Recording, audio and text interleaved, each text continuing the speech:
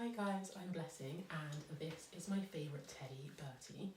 And last year we moved into our first home and we decided to start a YouTube channel which we're going to call Home with B&B. So that's just a little bit about us. I've had Bertie for 16 years and he's like my best friend. We travel the world together. We obviously moved into our first place together. And yeah, I just want to take you guys, or we just want to take you guys along for the ride with us. So for our first video, one of our biggest loves is baking. And when I discovered that I liked baking, I went out and I got myself a hand mixer. And probably about 3 years later now, we are now on our third hand mixer. The first one was just a really cheap one that I got from Tesco. Then I got one from a brand, I think it was called Progress.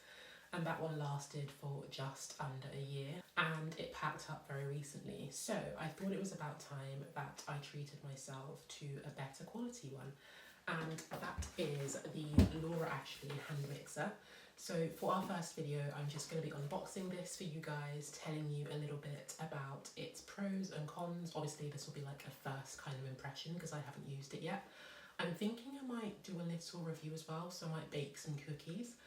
So if you're interested to see how this performs and what it's like, then keep watching and we're going to show you. So this is the hand mixer.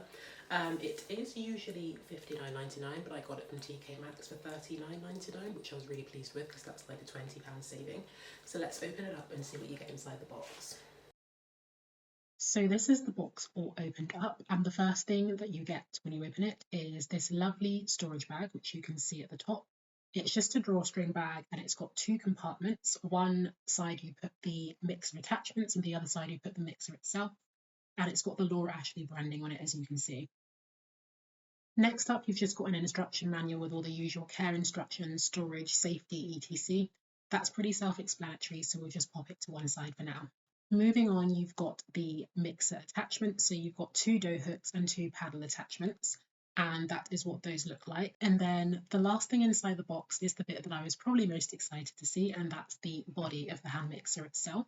So I'm just getting that out now, as you can see. And one thing that I really loved about this is the floral blue and white design that it's got on it.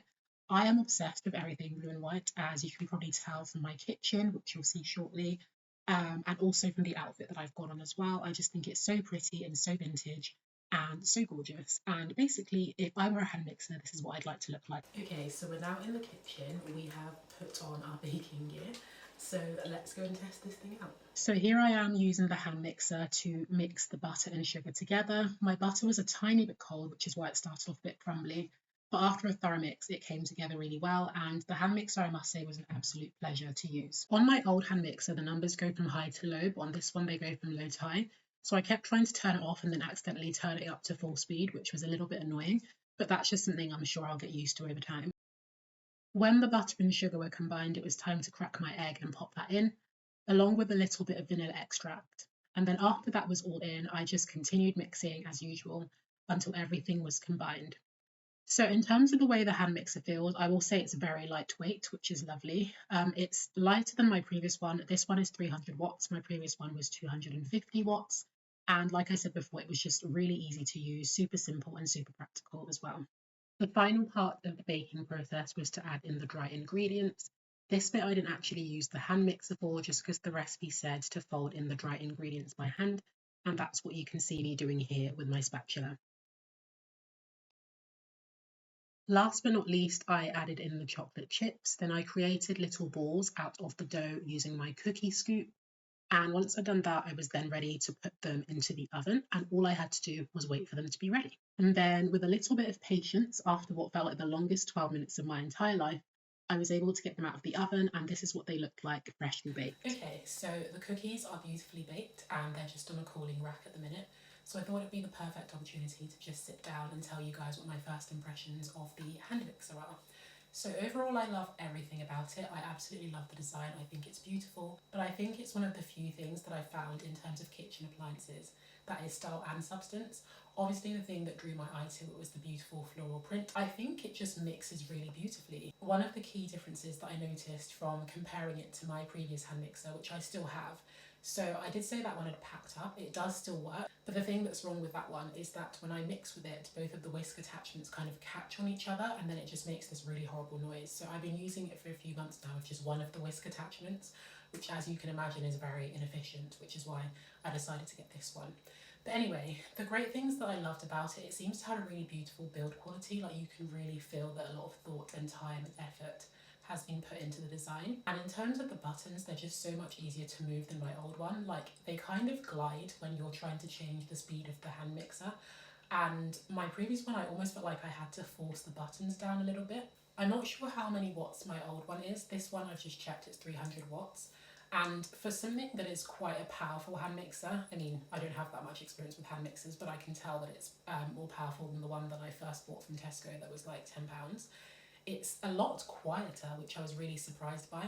I think the motor that makes the whisk attachments move is quieter, but also I noticed that because of the way that the whisk attachments are designed, they're kind of like a thinner kind of, it's almost like a metal wire it looks like they're made of. In comparison to my old one, which had like thicker sort of designed whisk attachments, I noticed that that one would create quite a lot of noise. Like when you're mixing the batter, if it happens to touch the sides of the bottom of the bowl, it makes this horrible like grrr kind of noise. And as someone that really hates noise, I really hated that. Whereas this one, I think because the parts that it's made with are so fine, when it touches the bottom or the sides of the bowl, it's like a gentle kind of noise. Like, it's not silent, it's never going to be, because they're two things touching each other. But it's just like, for someone that loves quiet things, I was pleasantly surprised by how quiet it was, particularly for a device that is quite powerful.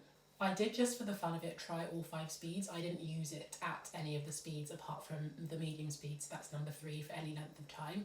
Partially because I was mixing quite a small portion of dough for the cookies that I was making, and also because you're not supposed to mix cookies on a high speed, to my knowledge.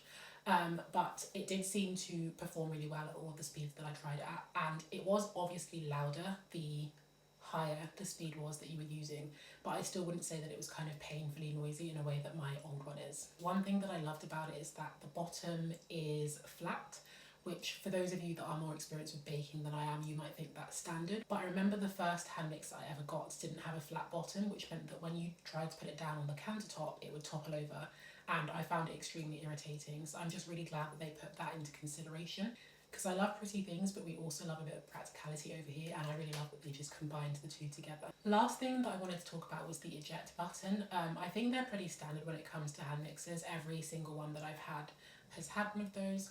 With this one, I did notice that I had to use a little bit more force to get the whisk attachments to eject, as opposed to my old one. Not sure why that is. Maybe it's intentional so that they don't accidentally fall out when you're using it. It's not a case of you have to use 2 hands or anything like that, just a little bit more force with your thumb and they came out really easily. So overall, I would say I'm really happy with this hand mixer. Obviously, like I said, I've only used it once. It's more of a first impression. I would have to use it more over time to get like my overall impression of it, and I'm happy to share that with you guys as I do more baking. But for $39.99, I think it was an absolute bargain, even at the price that it was originally, so that's $59.99.